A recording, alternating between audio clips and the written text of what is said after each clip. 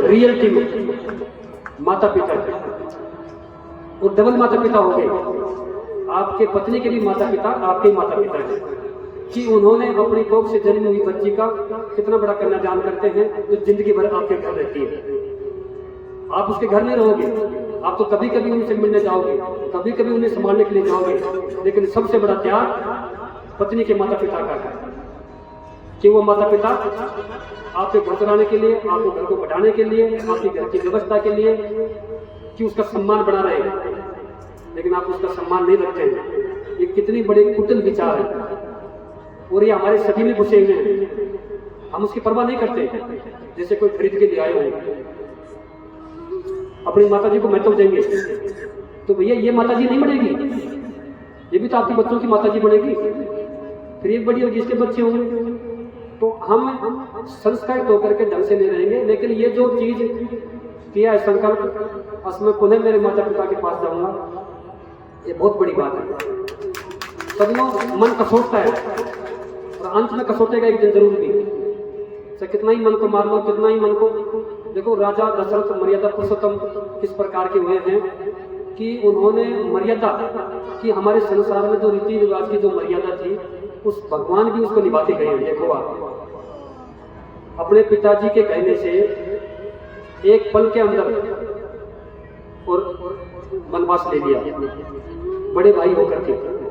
आज छोटे मोटे भी परिवर्तन करते हैं, घर के अंदर बंटवारा करते हैं, छोटे भाई को कम दे दिया, बड़े भाई को ज्यादा दे दिया, छोटे भाई को ज्यादा दे दिया, बड़े भाई को कम दे दिया।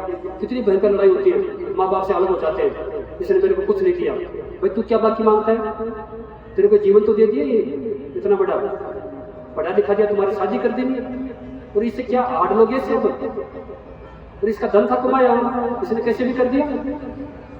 उसने कभी भी ऐसे गलानी नहीं करनी चाहिए, अपनी मेहनत पर विश्वास करना चाहिए और समय से पहले संघर्ष पर विशेष ध्यान देना चाहिए, परिश्रम पर विशेष ध्यान देना चाहिए।